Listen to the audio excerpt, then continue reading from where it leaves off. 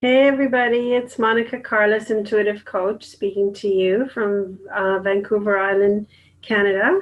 I just wanted to thank Jennifer for inviting me into your space, Empowered Empaths, to talk to you for a short minute about something that is really dear to my heart, and that is why it is that empaths and highly sensitive people seem to attract a lot of trauma or have come into the world to parents who did not provide safety or actually provided us with abandonment or, some kind of wounding.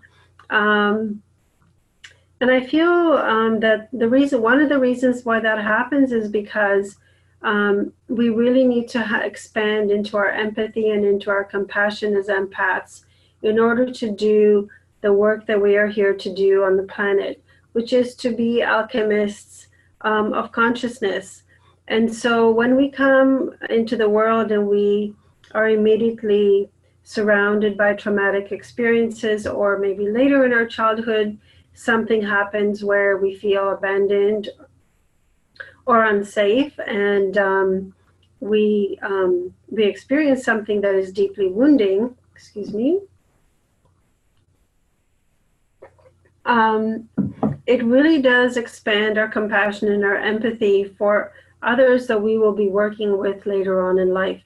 And as alchemists of consciousness, we specifically come onto the planet to do this work. And so, not that we are, because I made a post yesterday on my timeline about taking responsibility for how we handle our memories of our trauma and what we do with our now and our future in relation to the trauma that we experienced. And so when I say that we should take responsibility for that, I don't mean taking on the responsibility of what others did, but taking the responsibility for how we react to those memories and how we deal with it. And so sometimes, the New Age movement kind of places blame the same way that religion did onto people who are survivors of trauma. And they say, well, like the New Age movement says, well, if you asked for that on the other side, you wanted to experience those things to learn certain lessons, then you're kind of to blame for your own path. But we can't really be to blame for what other people's decisions are or how they don't show up for us. We can only be responsible for how we handle things from there on in. And so this heart opening, this heart consciousness that empaths are part of, and the way that we do our work on the planet, this heart opening is really serious work, and it happens a lot of times for us through trauma and through the things that we go through in relationships. So relationship with our parents, or relationships with a partner, or relationships with friends. It doesn't matter who the relationship is with. Those are the places where we learn how to have complete compassion and empathy for others who are going through that, because we are most definitely here to feel, and we are most definitely here to transmute but not absorb the energies of other people's trauma. But how would we be able to have the complete compassion and really understand with great feeling what others have gone through if we had not gone through it ourselves? So it's not that we're to blame, but that we are part of that story, and that we are taking responsibility for what we do with what happened. Something that is really, really important for empaths, and I talked about this on the summit I was on with Jen, was how we ground and how we center ourselves, which is really, really important, because we really can't do our work if we're floating in the ether, and we talk about grounding a lot of times, but we don't maybe do it because, it takes time, and who wants to do it every day? But for all of us empaths, it's a little bit different. And, some of us have to ground every hour, and some of us, can ground once a week. That's not true. Empaths need to ground every day. But most likely we are grounding once a week and then thinking we're grounded for the rest of the week. So a really nice way I have of doing that is the grounding cord that we release from our root chakra when we're envisioning grounding, that needs to go straight down to the center of the earth, and it needs to go connect to the iron core crystal of our Mother Earth. And when we're pulling that up again, we are really pulling from a very solid place, from the first dimension through the second dimension. The second dimension supports all life on the planet. And so we never really think about that because it's the elemental dimension. But the first and second dimensions really uphold all the life patterns on the planet. So everything that has ever existed on Earth and that will ever exist, things that have become extinct, all those life forms, all the matrix, and all the what's the word I'm looking for?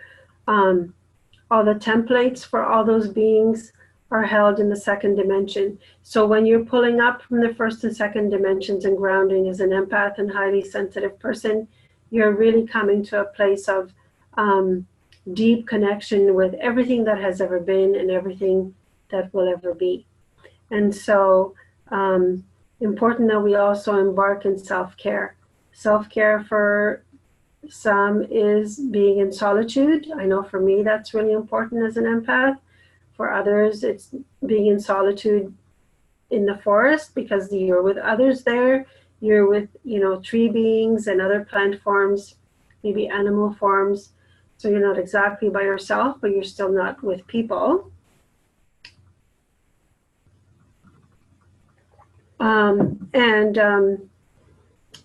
Or it may be meditation. For most of us, meditation is like, something that we can't live without. The self-care is crucial because we come here to feel, and because we are healed to do that soul alchemy, we cannot do that from an empty cup. And I think that empaths, for the most part, operate from an empty cup a lot of the time. So, one thing that I teach is one of my programs is Healing Mother Wound through Divine Feminine Wisdom. And the reason why I teach that is because a lot of us have, as empaths, a deep mother wound, which is really the foundation for all our other relationships, on the planet, with other people, with other life forms, with the consciousness, with politics, with religion. Everything that we encounter is supported by our relationship with Mother. And so one thing that I wanted to offer to you guys is, and I'm going to put the link at the top once I've posted this video into the group, is I'm going to offer you my free Healing Mother Wound workbook, which you may or may not have gotten to when I was on the summit, but in any case, I'll post it again.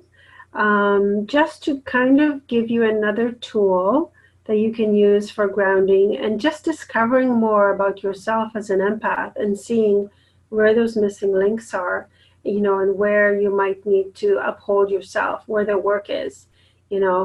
Never be afraid of the shadows. The shadows are so amazingly important for us to embrace and for us to really discover who we are. I wanted to say thank you for listening and for participating in my ramblings here.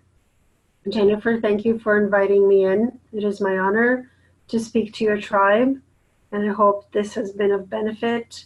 So remember, as a daily thing, to remember to ground, to remember to center to right to the very middle of the planet in the first dimension, to take responsibility for the memories that you hold and how you react to the things that happen, because there's nothing you can do about that, but there's everything that you can do about how you are present in the now.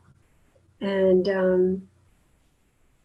I just send you my heartfelt hugs, and I hope that you are having a beautiful day.